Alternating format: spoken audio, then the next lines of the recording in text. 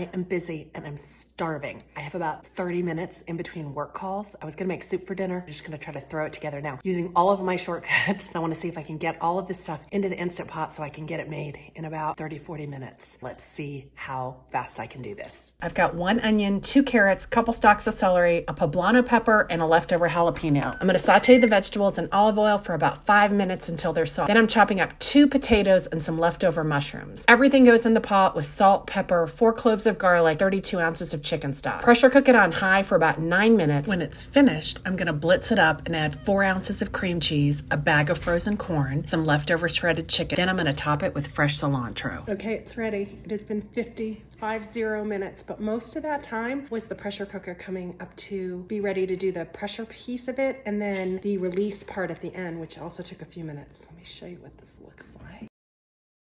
It's like a Poblano Chicken Chowder. Oh, it's really good.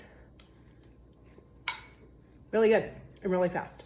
Follow GrownupDish for healthy-ish recipes, product reviews, and midlife musings.